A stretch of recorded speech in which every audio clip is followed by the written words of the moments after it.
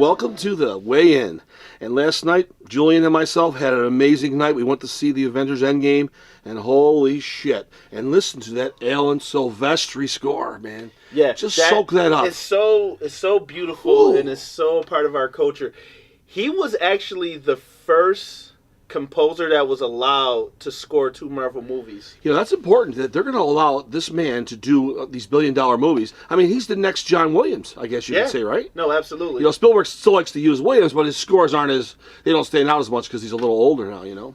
And speaking of John Williams, just for a brief second, if you don't mind me, Dwayne was telling me that he was listening to a friend of ours.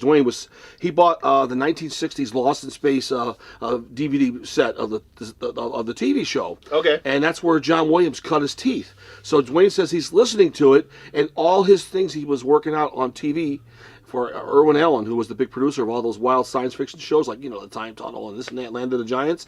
He was working out all his music in the 60s on TV, and then by the time Spielberg found him, within a decade later, he used all those themes to, like, you know, the Star Wars themes and the horn things. Pretty interesting thing. Oh, that's definitely interesting. But back to this movie. Wow. Avengers Endgame. Pretty amazing. An incredible spectacle, narrative. What more can you say? Like this it was the mastery of work with the directors. You've brought this up before, how the Russos can really direct and how fantastic they are. I think they're absolutely amazing. You know, I love what they do, and I love the fact that they're so in demand. Did you hear recently that they actually cut a deal with DC Warner Brothers, or not Warner Brothers, AT&T now, right? Yes, wow. I did hear that. So they're not exclusive to Marvel. I don't know if that's a smart move on Marvel's part. But it's like sports agents. You know how like sports agents and the players and the team owners, they always try to. There's always little games about the free agent. They're trying to get their contract to be a little larger. Yeah. So I think it has a little bit to do there. I don't think they're worried about getting fired or anything like that. But no. But that was pretty interesting. Not. And what else? There was something else that took place with the Russo brothers. Tell me that scene we talked about yesterday. Yes, it was yesterday evening. So I don't think anyone caught this, but the scene where Captain America. He's talking to the vets. I believe it's the veterans, or maybe it's just survivors. Everybody that survived. Yeah. What they call the decimation, sure. Thanos' snap. There was Jim Starlin. Yep. And there was also one of the Russo brothers. I'm not exactly sure which one, but that Russo brother. He was telling the story that he was trying to get back out into the world, and he went on a date. Yeah. So you know everything's so far so good. So you know the regular story, and then he drops a major bombshell that he was on a date with a man. I know, right? So Marvel has talked about integrating gay characters into the MCU. Yeah. So I guess this is like the initial tease. So it definitely was. It definitely was. But let me take that thought a step further, if you don't mind. I mean, maybe not that it matters. I mean, I respect the guy if he is, but it's feasible. Could that possible that one Russo brother could be a gay gentleman? We don't really know for sure. We don't know. We don't know if it was just written in. We don't know if he. We know the Wachowskis. The Wachowskis had a situation with one of the brothers who became a female and had a gender change. Yes. So I mean, but it's very interesting that Marvel is making that move. You saw things. Marvel is a very progressive studio. Oh, they should so be. They're always looking towards that. the future, and they're always looking, you know, to bring everybody in and make everybody feel a part. So it's to me, it seems like the next logical step. Yeah, and when you're that big and you're doing that well, you were sort of that's the best time to do that. You don't want to do it that platform and that level. Yeah, you don't want to rock the boat when you're not really doing as well as it is. But the platform of the outreach they have. $19 billion, and is this the 22nd movie? This is the 22nd film. Yeah, $19 billion and count. Or actually, so today is Sunday. Yep. You know. April 28th. So as of right now, and this is only 6:30 right now, the Avengers Endgame film has earned over $1 billion. I heard 1.2 from another source. Not that they had a rocky road along the way, but it was a great mature development the way they moved along for the last decade or so, and it's just pretty stunning. I've never seen anything like this in the world. Nobody's ever seen this before. This is new. Yeah, stunning. So, how'd you feel about the beginning of the film, like the first 30 to 45 minutes? Well, I thought that they probably couldn't have ended this film like in a normal hour and a half type of a film. You know, Absolutely not. It had to be close to 3 hours. Right. Too much story to tell. Right, but even though there was a lot of story to tell, they actually had they probably told more than 3 hours worth of story in the first film, the Infinity War one. Yeah. This one, it seemed to me in that first 35 minutes, 45 minutes, that the whole narrative that took place there. The pacing was a little slow. Yeah, it was, but you know, if you go by the rule of the three reels of a film, right, as it used to be in the old days, okay, this thing went totally the way it's supposed to. It started off at a great pace, got better, and the trajectory just went into the stratosphere. Yeah, it was like an Elon Musk rocket that re-lands on Earth. It was like total success. Now, and when he says slow, and I'm gonna speak for him, sure, he doesn't mean slow burn slow. He just means there wasn't a lot of there was action, you know, spasmodically like put in. But once the thing started rolling, like once the movie really found its pacing, it really took off. It really did. You know, in hindsight, I'm sorry if I interrupted you, but in hindsight, you know, I only saw it last night and I was very excited like we all were, so I'm going to catch it again to be able to absorb some subtleties in the narrative. But what we might have actually saw because of what transpires in the movie might have been sort of like, you know, the old campfire kumbaya.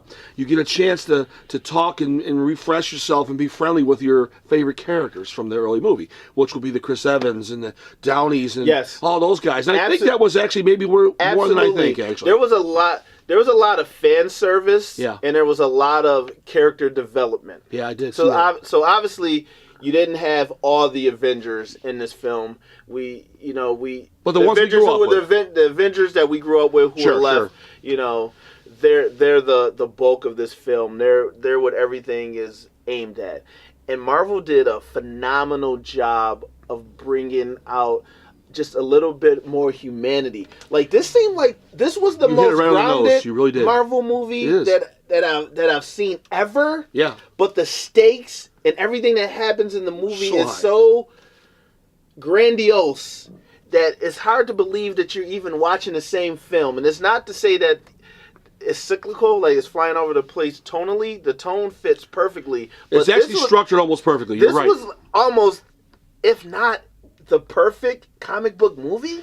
Well, you're probably right, but I think it's safe to say that, like what one of our associates discussed earlier, and he brought it up, and I really like the idea. This is really a 6-hour movie. We just caught our breath in between 1 year. Yes. Because when you put them both together, back to back, you have got an amazing 6-hour movie. You really do. And that is off the charts amazing when you think about that. 6 hours. Now, these movies were shot back to back. Yes, they were. But they are 100% two different movies. So there's no way that you could have called this Infinity War Part 2. Right. I mean, remember we were all complaining about that originally. It's like, not a good idea to change the name. Yeah. No, it was the best idea to change the name. It was the best idea. This was emotionally deep and emotionally stirring movie that we've never seen. This movie, it was noticeable, yeah. It almost bordered on rated R. Some of the things that took place in this movie. What do you mean? I don't remember. What do you mean? Usually R is like red blood kind of thing. Yeah, but there's a lot more. There's a lot more adult situations in this movie. Yeah, and it's a little complicated to find the words to say. I think there was more violence in the Infinity War one per se. And it was the right amount of character-driven narrative. It really was. It was very balanced.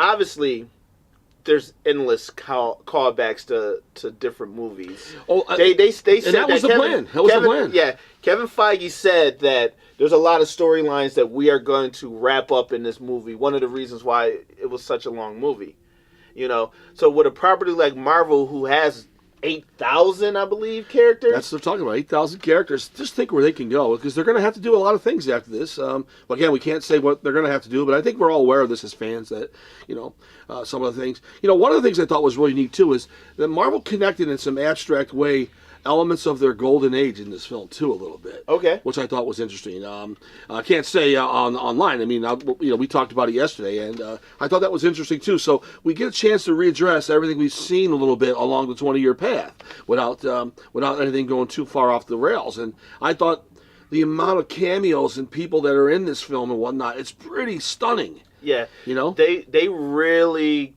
This was an all hands on deck situation. Yeah. For this movie, You couldn't call in sick if you were on this movie. Yeah. You definitely had to show up on this one. Yeah. This was the one that you definitely had to come in. Yeah, no sick days on this song, pup.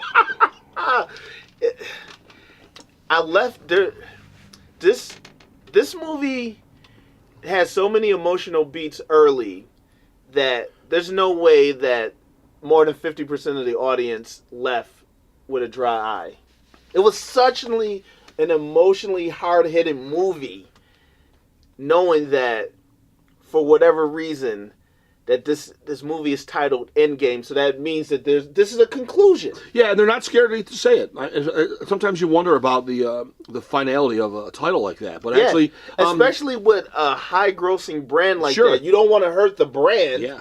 A brand that's been working for over 11 years so far. Well, they know this brand is working so well that they can actually take a chance and do what they're doing in this film, and people are still going to be excited about where this goes. So, I mean, there's a lot of things that happen that are pretty wild in this movie. Yes. But, hey, I'm not giving up on it. Nobody else is not giving up. Considering the amount of bodies that made this film reach 1.2 million on Sunday evening on Eastern time. Butts and seats. Right? The butts in the seats. Unbelievable. Just unbelievable. And I guess there's like sometimes there's even a day delay from the Chinese market, the European market because of the clocks. So this film was probably already like 1.5. We don't even know it yet. Yeah, this movie's gonna finish out this weekend. Something incredible. What did we see yesterday at the AMC yesterday? They had like four or five films running every 40 minutes apart. Yeah, and the parking lot was packed to the edge of the parking lot last night. I went to see Captain Marvel to get everything in with the movies. So when I asked the guy, I'm like, okay, this was Friday. So I was like, do you have any tickets for Endgame? And the guy told me not till Wednesday. Unbelievable. Are you serious? So what is that? It's May 1st? Yes. Right. So think about that. I know. A lot of they don't like box office is just counting all the ticket sales. Yes, so they're dollars in hand. So they're not counting the people who bought tickets. So there's people that went seen the movie and then went back and bought another ticket that day. Sure. But think about it. So there's a little bit of an inflated price gouge with what the current. Yeah, but it's still legit. It's still money, legit. It's still right. money in the bank. But what I'm saying is, a week from now, will we see a sharp decline? Not in the next week, but the third week. It's hard to say because a lot of people who are putting their butts in the seats to make this film reach the dollars it's at. Some of these people have gotten tickets, right? But not a lot of people have. So a lot of these people are still wanting to actually go films. So I think this film is going to be hot as a pistol through most of May. I'm calling it right now. This movie is going to do $3.5 billion. I do not believe that it's going to hit $4 billion. That's going to be a bell ringer. That's definitely a bell ringer. Yep, there we go. That's an official bell ringer. Yeah, so we'll see in that prediction. Yeah. Well, one of the things I wanted to tell the audience too. I'm sorry if I interrupted you. Continue, please. I'm sorry.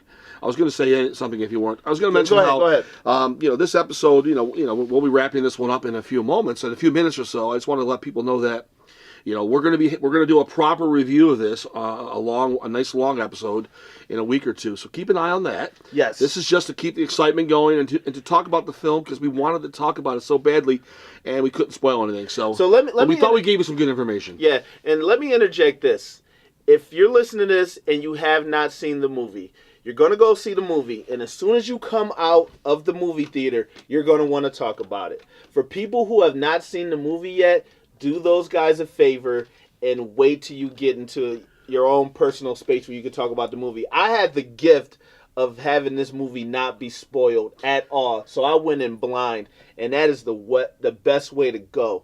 Such an amazing piece of film, and I'm glad I got to go see it in the theater and be part of that experience and be part of the Marvel brand. It's amazing. It really is amazing, and there's one more thing too that really stood out. One of many things. I really was enamored with the beauty of the cinematography again. I caught it. In the first film. I noticed it was really well shot, and I got to research who the creative team is, who the DPs are, and everything. But absolutely beautiful. They really understand exactly what's going on. It was an incredibly beautiful movie. From head to toe. Every aspect of the art of filmmaking is at the highest level I've ever seen. Yes. The way they dropped the scenes, everything. Yeah. They really put their time and everything was considered, and I was really blown away. Avengers Endgame, people.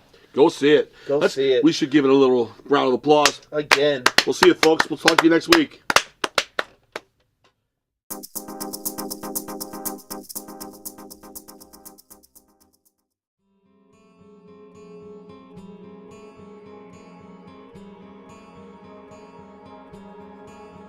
And I think women have a way to know how to, like, bring things down. They rock a person to feel comfortable. Yeah, they like say they're the things. matriarchs of the household. Like they keep a lot of things running.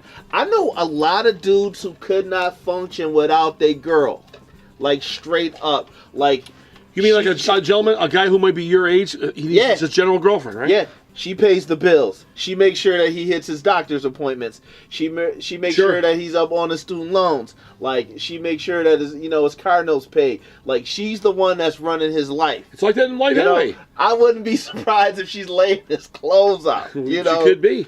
Some women take a lot of they get a charge out of the responsibility factor.